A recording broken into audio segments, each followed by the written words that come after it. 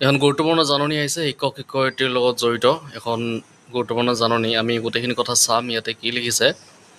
আৰু এই যিখন জাননী আহিছিলে আপোনাৰ 26/9/2025 তাৰিখত আহিছে আৰু office of the mission director সমগ্ৰ শিক্ষা আছামৰ ফালৰ পৰা পঠিয়াই দিছে। আপোনাৰ মিছন ডিৰেক্টৰ সমগ্ৰ শিক্ষা আছাম তেওঁ পঠিয়াইছে আৰু কালিকে পঠিয়াইছে। চাওক, দ্য DWOs অল ডিষ্ট্ৰিক্ট, প্ৰত্যেকখন ডিষ্ট্ৰিক্টৰ DWOলৈকে আৰু the inspector of school all district, প্ৰত্যেকখন ডিষ্ট্ৰিক্টৰ প্ৰতিজন ইনস্পেক্টৰ অফ স্কুললৈকে পঠিয়াই দিছে আৰু দ্য DMCS অল ডিষ্ট্ৰিক্ট। আৰু ইয়াতে যিটো আপোনাৰ আছে ছাবজেক্ট, সেই ছাবজেক্টটো যদি আমি চাওঁ ক্লিয়াৰলি দেখাব regarding conduct of PET on foundation literacy and numeracy grade 1-2। গোটেইখিনি কথা চাম ইয়াতে কি দিছে। আৰু আপোনালোকে সৰু এটা অনুৰোধ থাকিলে, যদি চেনেলত আপোনালোকে নতুনকৈ আহিছে তেতিয়াহ'লে চেনেল ছাবস্ক্ৰাইব কৰি ৰাখিব এনেকুৱা ধৰণৰ খবৰবিলাক পাই থাকিবৰ কাৰণে। এতিয়া আমি ইয়াতে চাম কি দিছে। You are aware that assessment is an integral part of the curriculum and teaching learning process. তো গোটেইখিনি কথা আমি নপঢ়োঁ, ইয়াতে যিখিনি মেইন কথা আছে সেইখিনি আমি অসমীয়াতে চাবলৈ চেষ্টা কৰিছোঁ।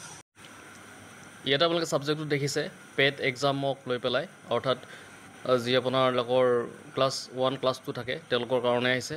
এইটো আপোনাৰ ফাউণ্ডেশ্যন পিৰিয়ড হয় আৰু তাত আপোনাৰ পেট এক্সামটো পতাৰ কাৰণে কথাটো কোৱা হৈছে। আৰু ইয়াতে লিখিছে, আপুনি জানে যে মূল্যায়ন হৈছে পাঠ্যক্ৰম আৰু শিক্ষাদান অধ্যয়ন প্ৰক্ৰিয়া এটা অবিভাজ্য অংশ। এইটো এনে এটা প্ৰক্ৰিয়া যাৰ জৰিয়তে শিক্ষাৰ্থীৰ পাঠ্যক্ৰম সংশ্লিষ্ট এলেকা লগতে তেওঁলোকৰ ব্যক্তিগত আৰু সামাজিক গুণাৱলী মূল্যায়ন কৰা হয়। মূল্যায়নৰ জৰিয়তে আমি নিৰ্ধাৰণ কৰিব পাৰোঁ যে শিক্ষাৰ্থীৰ সক্ষমতা ভিত্তিক অধ্যয়ন আৰু কাৰ্যক্ষম অধ্যয়ন নিশ্চিত হৈছে নে নাই। মূল্যায়নৰ ওপৰত জৰিয়তে শিক্ষাৰ্থীৰ অধ্যয়নৰ ঘাটিবোৰ জানি শিক্ষকজনে ৰেমিডিয়েল শিক্ষাদান অথবা অতিৰিক্ত সহায় আগবঢ়াব যাতে সেই ঘাটিসমূহ পূৰণ কৰিব পৰা যায়। প্ৰথম শ্ৰেণী আৰু দ্বিতীয় শ্ৰেণীৰ শিক্ষাৰ্থীৰ ক্ষেত্ৰত মূল্যায়ন অতি গুৰুত্বপূৰ্ণ, কাৰণ ই এক শিশুৰ অধ্যয়নৰ অগ্ৰগতি বুজিবলৈ, তেওঁৰ শক্তি আৰু দুৰ্বলতাৰ ক্ষেত্ৰ চিনাক্ত কৰিবলৈ আৰু ব্যক্তিগত প্ৰয়োজন অনুসৰি পাঠদান প্ৰস্তুত কৰিবলৈ সহায় কৰে। এই পৰিস্থিতিৰ প্ৰেক্ষাপটত ৰাজ্য চৰকাৰে 16 অক্টোবৰৰ পৰা 31 অক্টোবৰ 2025 তাৰিখৰ ভিতৰত প্ৰথম শ্ৰেণী আৰু দ্বিতীয়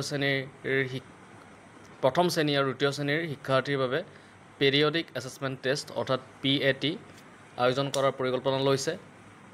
সংলগ্ন কাৰ্যসূচী আৰু নিৰ্দেশনাসমূহ Annexure 1ত দিয়া হৈছে। এই পৰীক্ষা শিক্ষাৰ্থী আৰু শিক্ষক উভয়ৰ বাবে মূল্যৱান প্ৰক্ৰিয়া আগবঢ়াব, যাৰ জৰিয়তে পাঠদানৰ কৌশলৰ উপযুক্ত পৰিৱৰ্তন সম্ভৱ হ'ব আৰু শিক্ষাৰ্থীৰ ভৱিষ্যতৰ অধ্যয়নৰ বাবে এটা সুদৃঢ়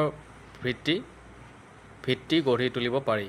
তো দেখিলে আপোনালোকে যে ক্লাছ 1 আৰু ক্লাছ 2লৈকে পেৰিয়ডিক এছেছমেণ্ট টেষ্ট এটা কৰিবলৈ দিয়া হৈছে। আৰু সেইটোৰ কথা হৈছে আপোনাৰ যি তেওঁলোকৰ শ্ৰুতি থাকে, অৰ্থাৎ য'ত তেওঁলোকৰ অসুবিধা আছে সেইখিনি বস্তু যাতে ৰেমিডিয়েল দিব পাৰে, ৰেমিডিয়েল দি পেলাই তেওঁলোকক যাতে আকৌ অগ্ৰগতি কৰিব পৰা যায় সেইটোৰ বিষয়ৰ ওপৰতে।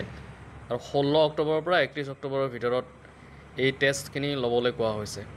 তো এইটোৱে আছিলে আজিৰ গুৰুত্বপূৰ্ণ জাননী ভিডিঅ'। আৰু যদি ভিডিঅ'টো ভাল লাগিছে লাইক ছাবস্ক্ৰাইব কৰি দিব।